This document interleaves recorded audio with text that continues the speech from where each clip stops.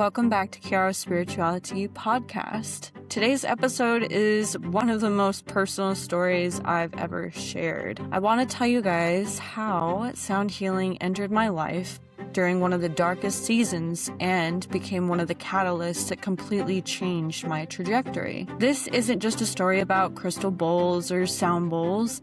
It's a story about hope. It's a story about mentorship. It's a story about community and healing. And it's a story about what happened when I had nothing left to lose. So, if you ever felt lost, disconnected, depressed, spiritually exhausted, burnout, emotionally overwhelmed, or like life was asking more from you than you knew how to give, this episode is for you. Because there was a time when I genuinely didn't know what my future would look like. And if you had told me then that I would one day facilitate sound healings, land retreats, healing retreats, work alongside renowned practitioners, and help thousands of people around the world reconnect with themselves, I would have never believed you.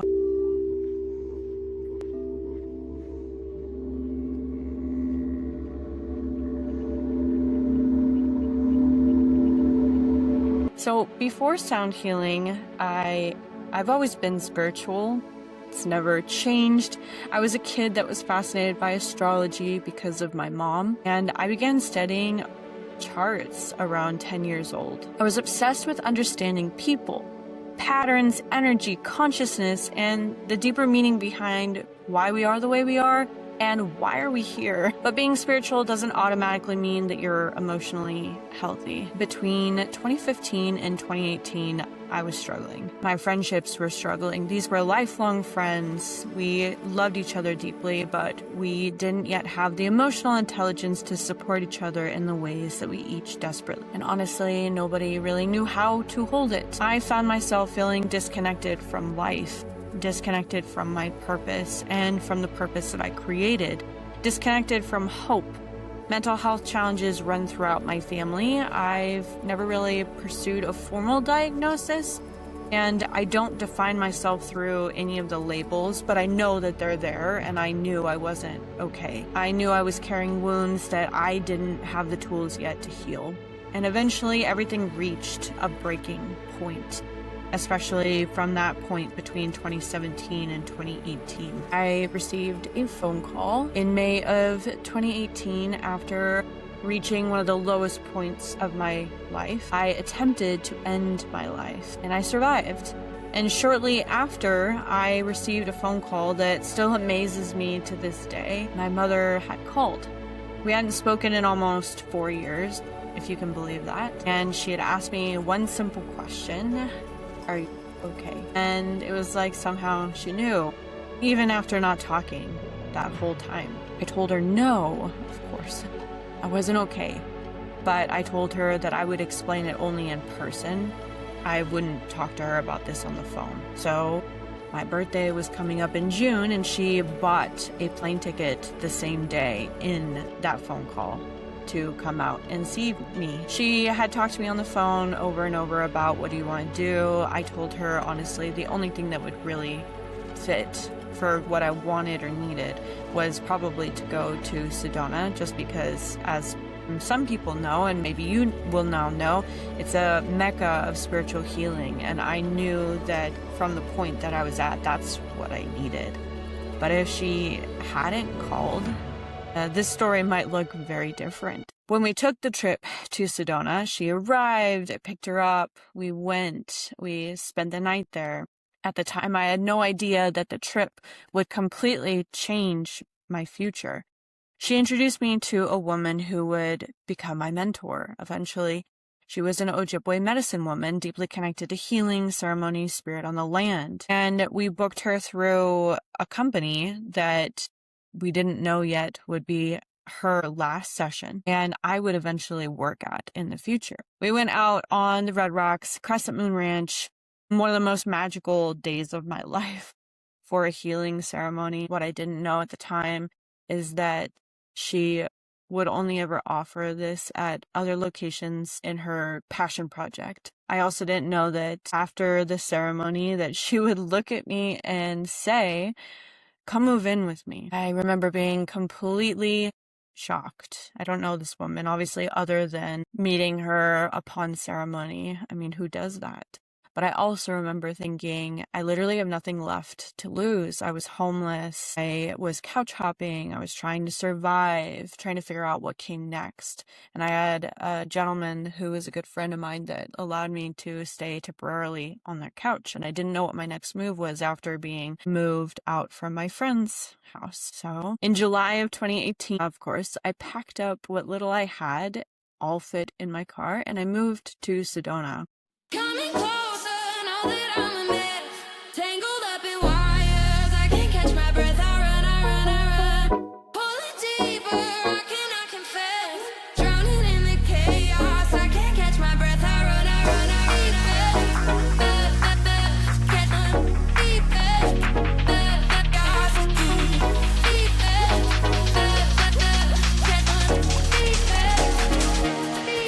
Coming closer, know that I'm a mess.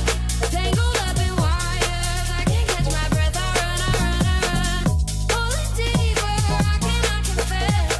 Drowning in the chaos, I can't catch my breath. I run.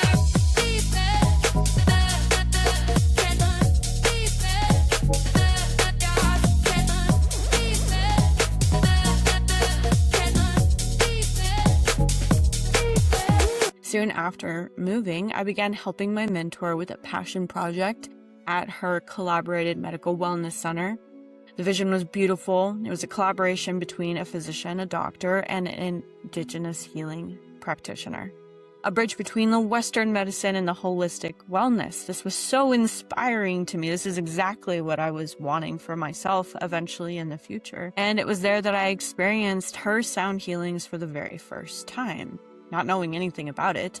I didn't know much about all the frequencies in this capacity, and I didn't know that sound therapy, other than what I understood from Tesla, could actually be a healing science. I wasn't thinking about the neuroscience. I just knew something inside me shifted. I remember laying there and feeling emotions move through my body. Emotions that I had spent years suppressing. Emotions I just didn't know how to express. Emotions I didn't feel safe enough to feel. And for the very first time in a very long time, I actually let my body go.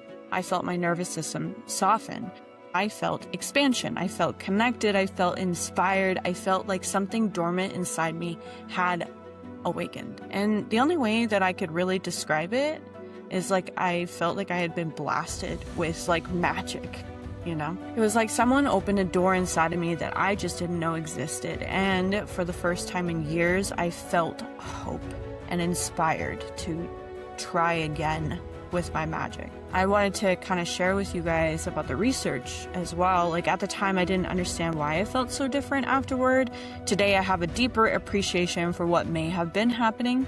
The research into music therapy and sound meditation and sound-based relaxation practices and practitioners that have been found with reducing stress, reducing anxiety, improving your mood, increased feelings of relaxation, better sleep quality, which I experienced this sleep way better, enhanced emotional well-being. And honestly, other than the studies, like I felt like my gifts were more active when I was in the sound healing. It was almost like I was channeling stronger. Some studies have also observed like a reduction in cortisol, the body's primary stress hormone, as well as improvements in the heart rate variability, which is often associated with the resilience and nervous system regulation. Other researchers are exploring how rhythmic sound may support meditative brainwave states associated with deep relaxation and restoration. I've come to understand that this is the REM state, and your REM state is one of the states that helps your body self-heal while you're in that rest. So now, does that mean that crystal bowls are magically fixing people? Not exactly.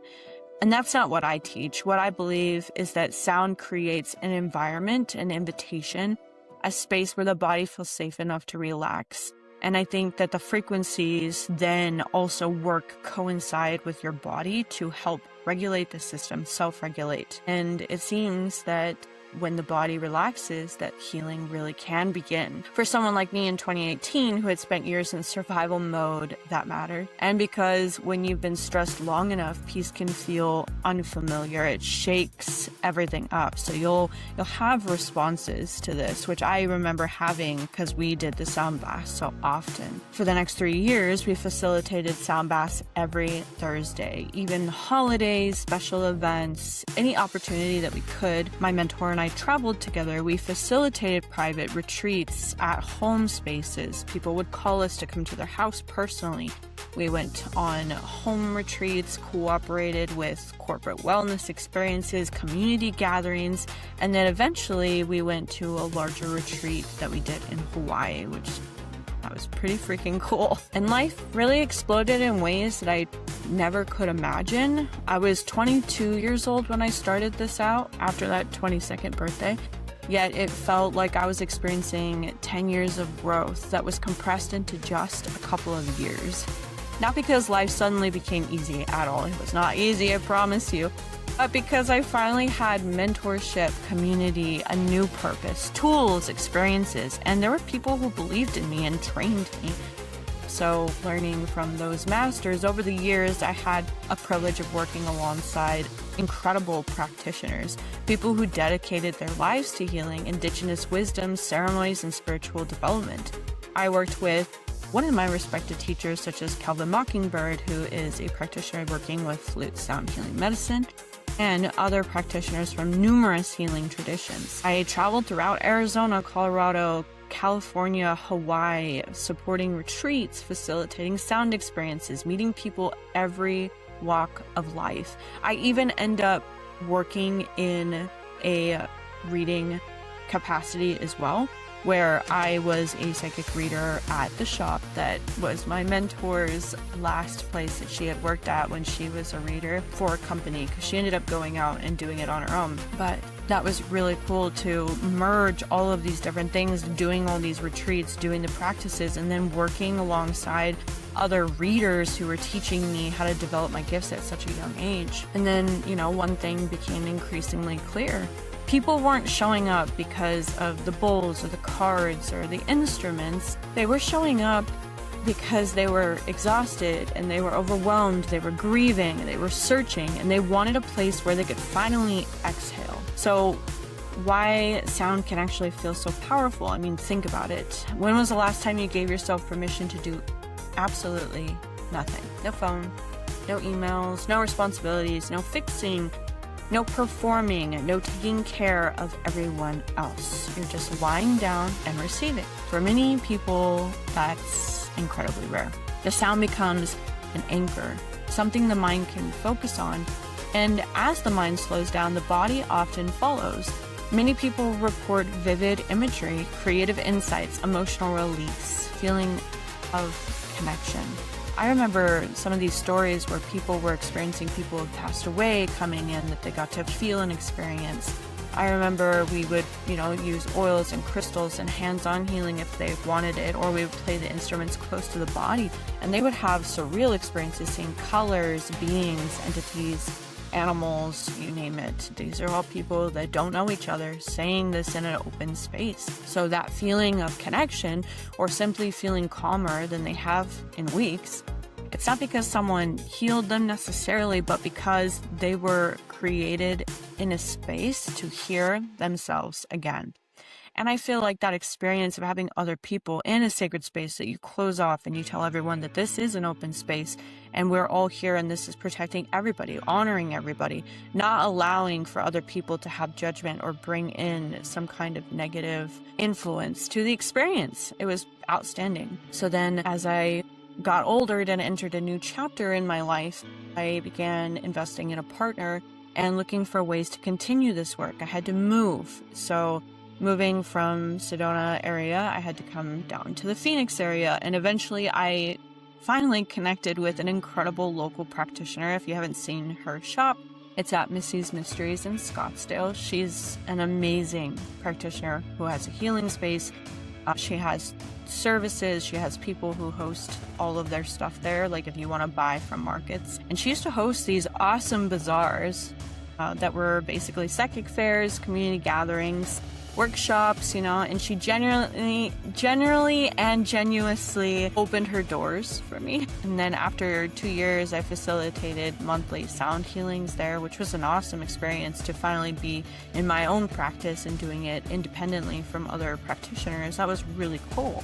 Building community, creating sacred space, watching people reconnect with themselves month after month. And some people kept coming back just so that they could get that next layer. And it reminded me of something really important. Like, healing doesn't belong to one teacher, it doesn't belong to one location, and it doesn't belong to a single modality. It's something that we carry forward. It's something that we share. People will often ask me, did sound healing save your life? My answer is nuanced. Sound healing was that piece. Community was a piece. Mentorship was a piece. Connection was a piece. Nature was a piece. And purpose was another. And learning emotional awareness was probably that cluster. That was probably the host. But sound healings became a doorway. One of the first experiences that helped me reconnect with myself. It gave me moments of stillness, moments of reflection and peace.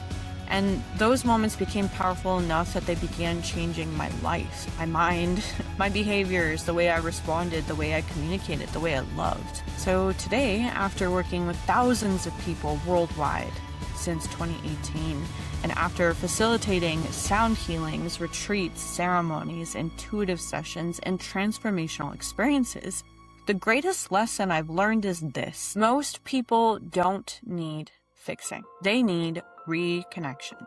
Whether it's themselves or a community or their gifts. Healing isn't about becoming someone new. It's about creating enough safety to remember who you've always been. And sometimes that journey begins with a single sound, a single breath, a single moment where you finally allow yourself to receive. And like a final thought, I wouldn't be here without all of the amazing people that had been on the journey there, teaching. All of the amazing women that I've come into contact working in Sedona as healers and practitioners blowing up in their own ways. I know a couple that you guys watch on the daily that are amazing, that I have worked with and had the honor of getting information and healing and insights from. Those that are no longer with us, that have carried their sacred medicine and shared it, that have been outstanding teachers. So I want to say thank you for being here. Thank you for listening. And if this episode resonated with you, I'd love to hear from you. What was the person, place, modality, experience, or moment that changed the direction of your life? And until next time, always remember your magic and ignite your inner flame. And I'll see you guys in the next episode. I have an awesome workshop that's coming up. It's going to be an astrology workshop on August 1st. You'll see the link below, and if you guys want to check it out, I will see you guys at the workshop. Otherwise, make sure you guys look at my book that came out that helps you reconnect with your gifts. It's The Cosmic Connection, and you can look it up easily. The Cosmic Connection with Adams is the last name. It'll pop right up on Amazon. It'll be in the link as well below. Thank you guys, and see you next time.